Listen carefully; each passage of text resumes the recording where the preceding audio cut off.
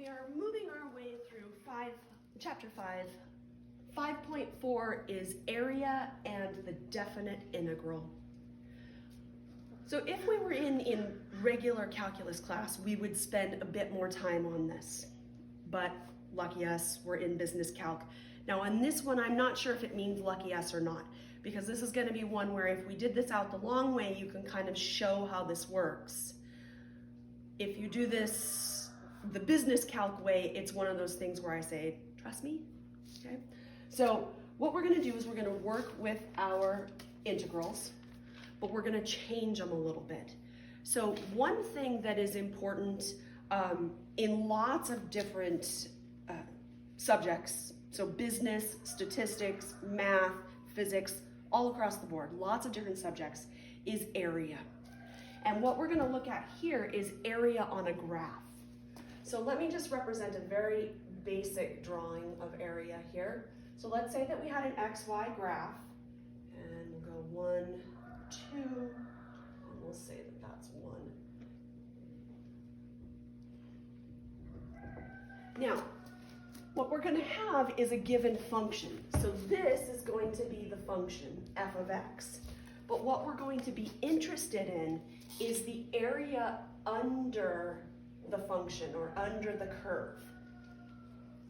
Now the nice thing about this one is because our function is just a horizontal line, so this guy is just f of x equals 1, it means that it's very easy to calculate our area because what we're left with is just a rectangle.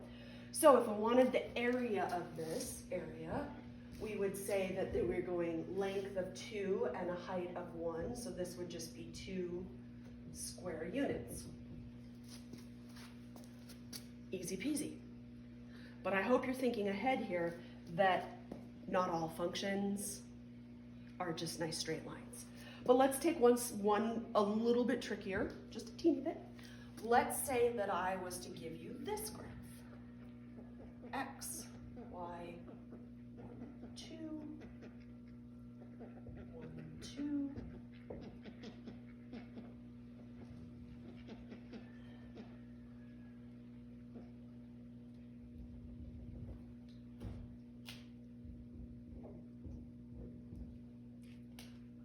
Okay, so this time we have the function of our basic diagonal line x. So if f of x just equals x. Now, again, a little bit trickier than the one above, but it's still a nice shape for us, isn't it? And the shape we're left with is a nice triangle. So if we want to find the area here, we certainly can do that because we have a triangle. So we are going to go 1/2 base times height. So that'll be 1/2 times base, which is 2, times the height, which is 2, which again just gives us 2, lots of 2's going on there, so 2 square units. But this time what I want us to think about is how this relates to the original function. And I'm going to show you something, and it's going to, blow your mind. Now again, as I said, if we were doing this the long way, we would do a bunch of steps in between here. So what I want you to see though is that we set up the integral of the function x dx. Now, if we find the antiderivative, because that's what it's asking us to do, the antiderivative here of x dx is just x squared divided by 2, yes? Now, I know right now you're like, well, don't forget the plus c, but we're gonna leave the plus c off today. Let's just look at this. Now, what I want you to think about is the area that we have shaded. The area that we have shaded is from 0 all the way to 2, right? Underneath this graph, 0 to 2. Now, let's see what happens when you stick 2 in there. So if we stick 2 in there, we get 2 squared over 2, which again, a lot of 2's, but look what it equals, 2. And look what the area was, 2. So what actually happens is, what actually is discovered is that if you take the function and you find the antiderivative, and then you plug in the endpoints, you're gonna get that same area. So antiderivatives, integrals, are areas. So we make a little note here. Integrals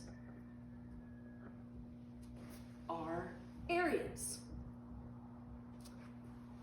And if we can find an integral, we can find an area. Now, as I said though, this requires putting in the end points. Now, I only asked you to plug in the number 2 into there. But what we would do is we would plug in 0 as well. So we're going to make a little note or a little difference to our integral symbol here. We're going to go from 0 to 2. Now, the reason why I didn't have you plug in 0 was because if you plug in 0 into that little equation, it doesn't do anything, right? It doesn't affect you at all. All right. But that's the idea, is normally it would require both endpoints. So like I said, it's kind of one of those things where you go, I don't know, do I trust you? I'm not quite sure, but it really does work. So this integral now that it doesn't just have the integral notation, but it actually has these 2 endpoints on it, this is called the definite integral.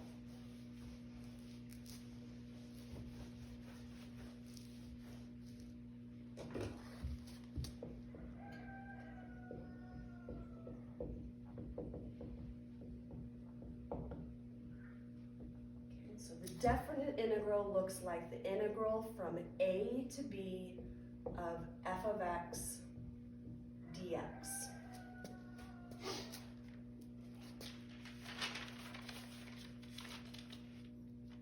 Which is what we did over here.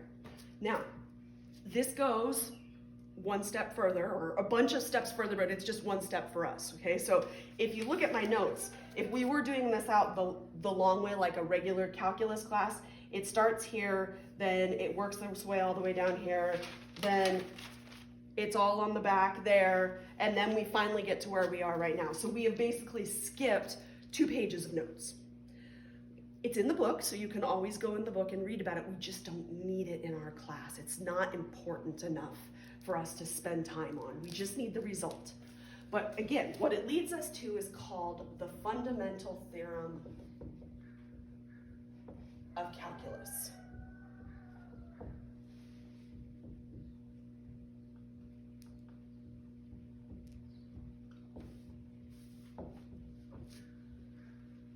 And this says, if f is a continuous function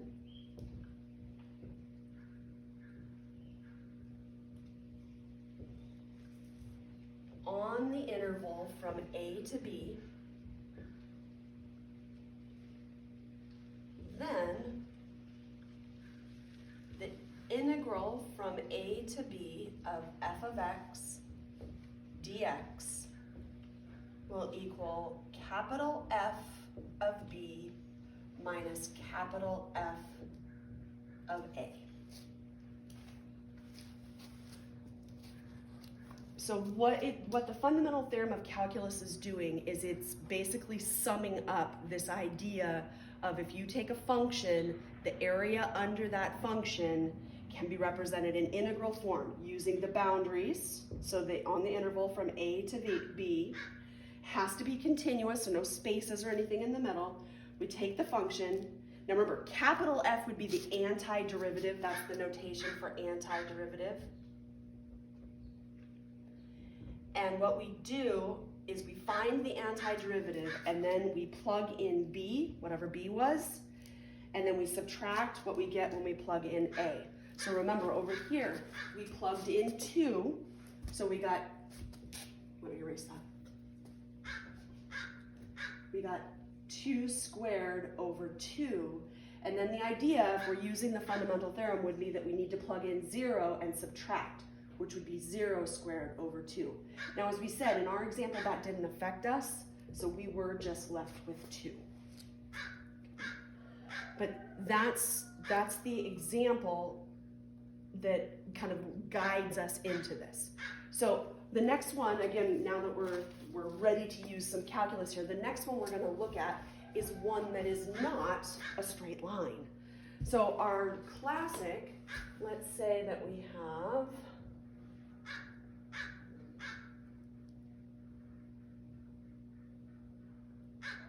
wait a minute, what am I doing?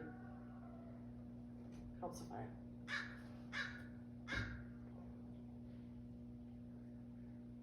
My brain has just stopped working, which is not good. Not good. There we go. That's what. Okay. So let's say that we were given this curve. So no longer a straight line, this curve. And I tell you that f of x is equal to x squared.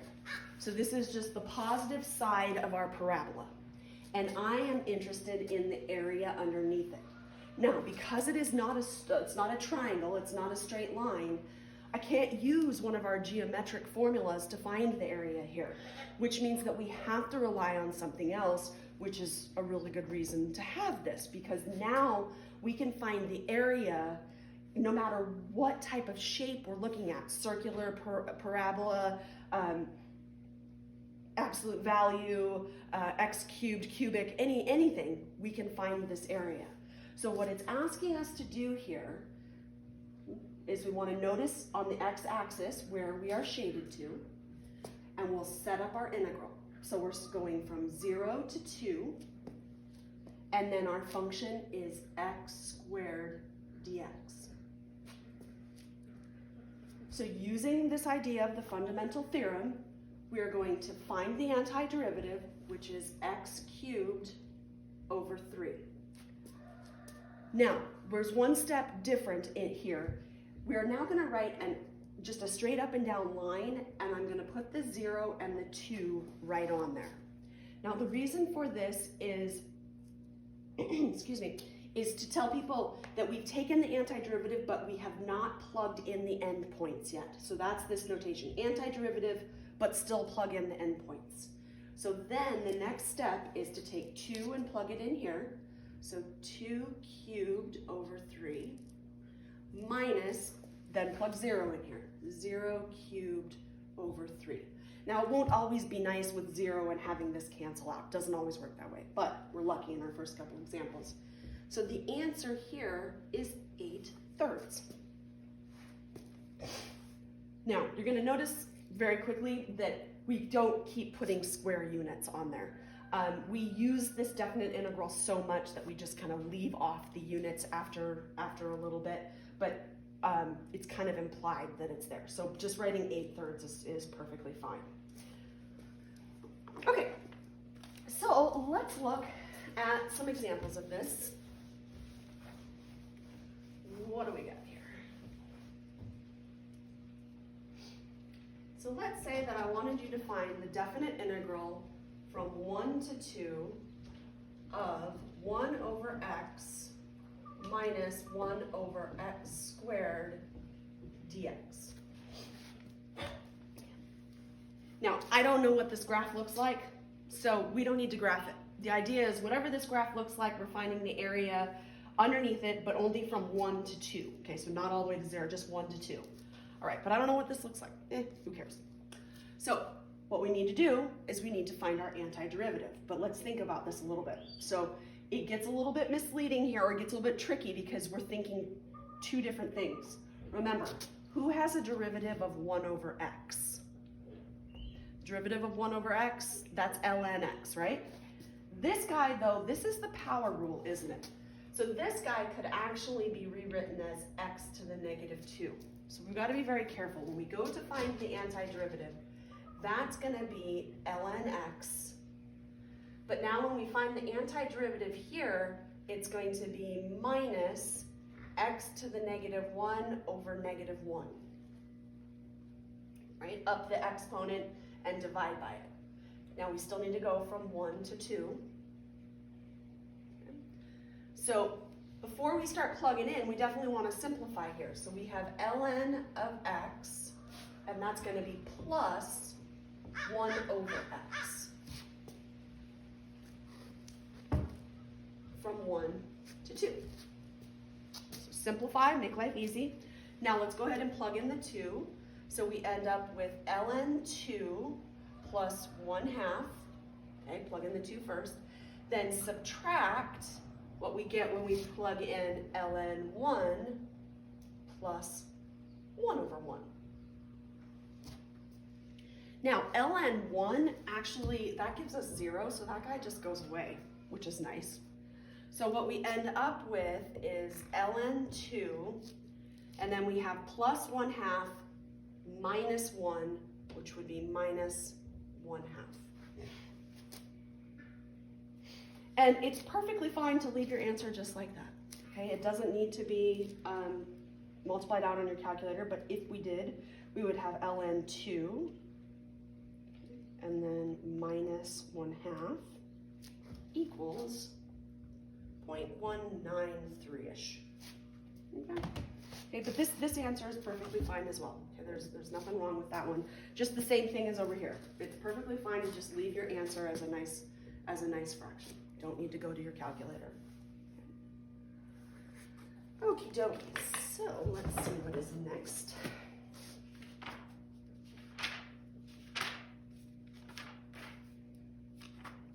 Why am I in the wrong section? Here we go.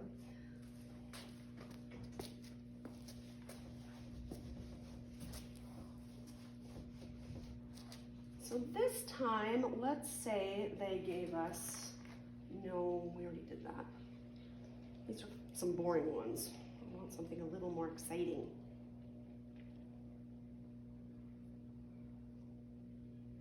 Okay, let's go with this one. From 0 to 4 of 1 over square root of 2x plus 1 dx.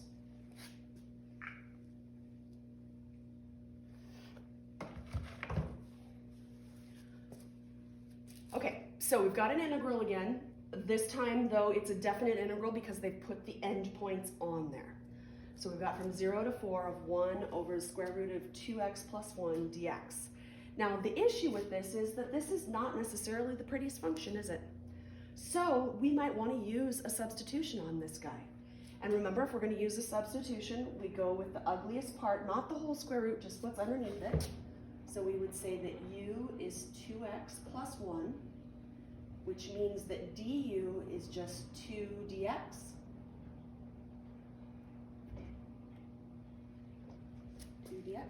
That look good? But do we want the 2? We don't. So du over 2 is equal to dx.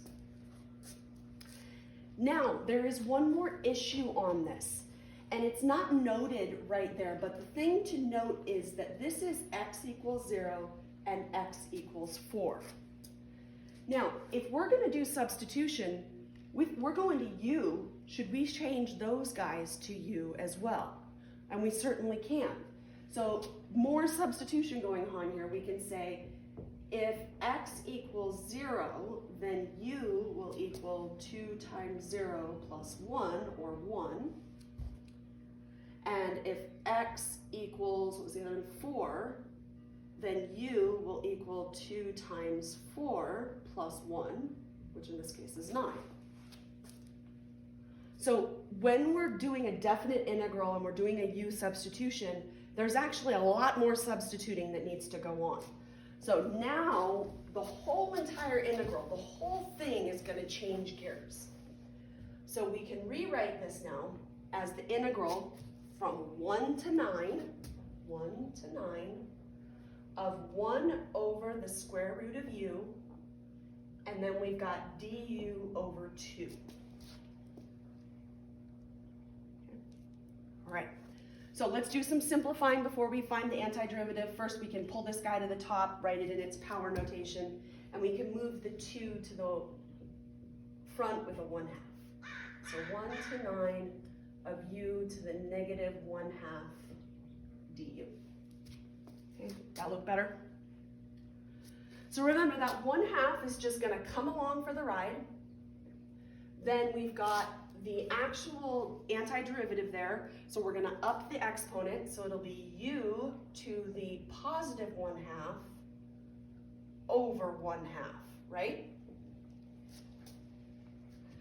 And now remember that we're going from 1 to 9. So remember, there's still stuff to do here. Now the nice thing about that is, are we going to get some canceling going on there? Right? So we're going to go boop, boop.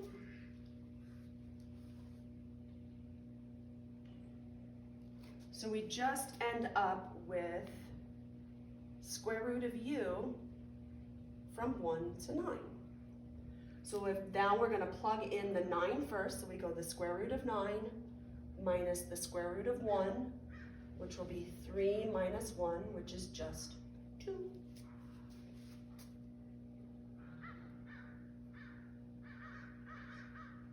Okay, look good? So the thing about this, again, is that there's a bunch of substitution, lots and lots of substitution, but once you get here and you work your way through the problem, once you get to this answer, you're done. There's no re-substituting back in. Once you get to the final answer, the problem is over. Okay, so let's see what we have next. Do one more example and then we'll move on to something else. Okay, we're not there anymore.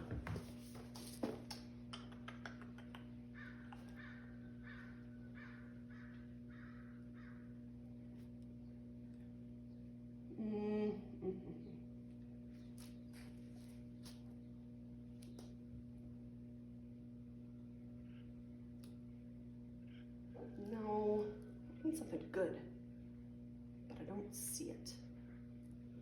Oh, I guess we could go with this one. It's not super, but it's okay. The integral from 1 to 3 of x minus 3 to the 4th dx.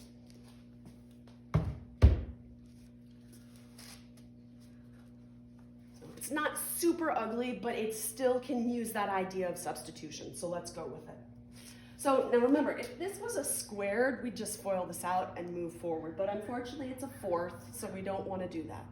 So this would be another situation for a u substitution, and we'll let it equal that inner part.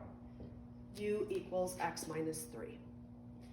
So the nice thing about this is that du just equals dx, doesn't it? Because the derivative there is just 1. So that makes the substitution nice. But remember that there are still these two guys. So when x equals 1, we're going to plug in here and we're going to say u equals 1 minus 3, which is negative 2. When x is equal to 3, u equals 3 minus 3, right, which is 0. So when we rewrite this guy, we end up with the integral from negative 2 to 0, and then we're going to have u to the 4th, and then a nice du at the end. So we had substitution all the way around, so everything is different there. But now we're all into u. Everything is in u. So we can find the antiderivative here. This would be u to the 5th over 5. But we need to go from negative 2 to 0. Now remember, you always plug in the top number first. I know it seems a little weird because it's 0, but that's because we did this substitution. So we plug in the top number first. So we go 0 to the 5th over 5 minus, then the bottom number, negative 2 to the 5th over 5. So the nice thing is, again, that goes, boop. Don't forget this negative sign though. But that negative sign and that negative sign are going to get together, so it's going to end up being positive in the end. And 2 to the 5th is 32 over 5. And so negative, negative makes positive.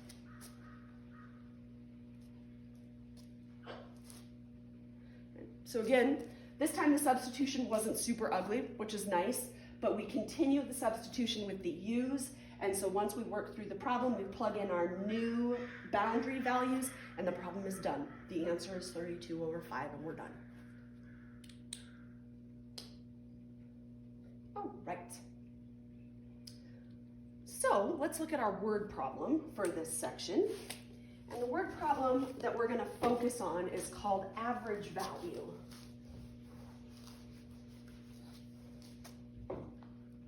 Now, of course, I don't have it in my notes, so I got to come back over here. Definition of average value.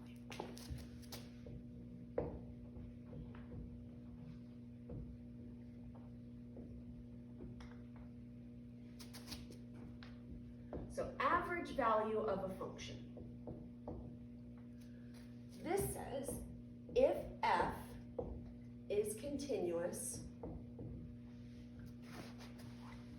on the integral, or sorry, on the interval from a to b, then the average value of f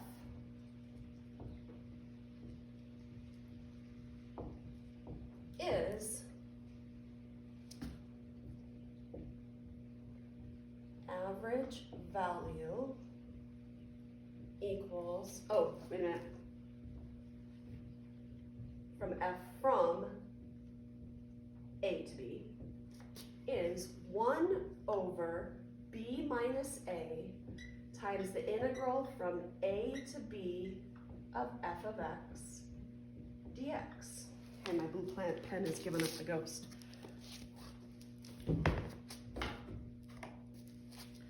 So average value of a function can be found by using an integral. And average value has certain places where it gets used.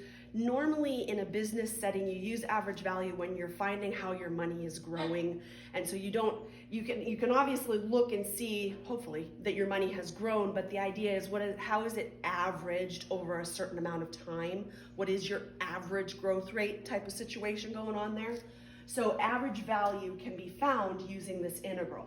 Now it's a definite integral from a to b, but here's the thing is out front, it has this 1 over b minus a.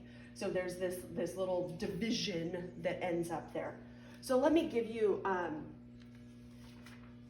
a classic example here. So let's say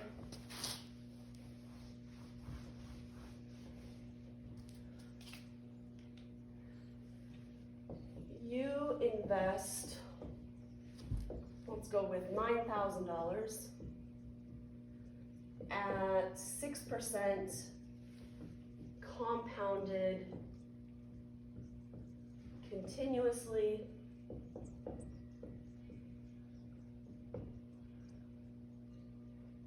for 10 years. Find the average value of your money, or I guess your account, between, I don't know, not between, let's go, from year 5 to 10. Okay, so you're going to invest some money in an account that's compounding continuously, and yeah, we care what the money is after 10 years, but what we really want to know is we want to see how our money, what the average value was of our money between years 5 and 10. See what the average was. So we're going to set up this integral to do this. Now, so we're going to say that the average value is equal to, and remember that we've got this little fraction on the front. Now in our case, that fraction is going to be 1 over, and we're looking from year 5 to 10, so we're going to go 10 minus 5. Then we're going to set up the integral from 5 to 10. Now we need a function to put in here. I didn't give you a function, but I gave you some information. So because this is compounded continuously, would we be using PERT? Right? So it says continuously, compounding continuously, so you're going to have to remember, oh, that means we're using the Pert formula. So I'm going to set up the Pert formula. 9,000 e to the RT, RR is 6 or 0.06 t. And also notice that because we're looking at time, the variable is not x, it's t. So we are definitely in t going on there. Okay, so the beginning fraction, I hope we can all agree, we can simplify to just 1/5. And then we'll have 9,000 e to the 0.06 t dt from 5 to 10. Okay, so that is the integral that we need to work with. So the function is e, which means that, remember in e, it's its own derivative, which means it's its own antiderivative. But when we go anti, we need to take that 0.06 and divide. So we're gonna have that 1/5 out in front. Just leave that guy out there for right now. And now we're gonna have 9,000 e to the 0.06t divided by 0.06. There's our antiderivative. And then again, we're gonna go from 5 to 10. Now, at this point, you can start doing some simplifying. If you don't like all of these fractions here, we can start with saying, we can go 9,000 and we can divide it by the original 5, okay, which is 1,800. And then we can even divide that by the 0.06, which is 30,000. So by doing all of that part right there, we get 30,000 e to the 0.06t. And the nice thing about that is now that when we go to plug in our values, we don't have to worry about any fractions. So we took care of all of that at the beginning. So we need to plug in 10 here first, and then we need to plug in 5. So we'll go 30,000 e to the 0.06 times 10 minus 30,000 e to the 0.06 times 5. And let's see what happens.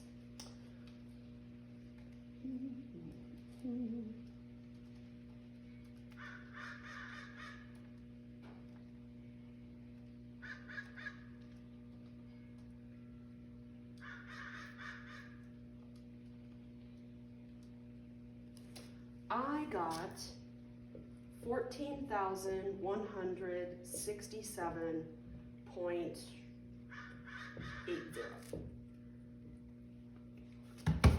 So supposedly your average value over the years 5 to 10 in this account is 14,167.80.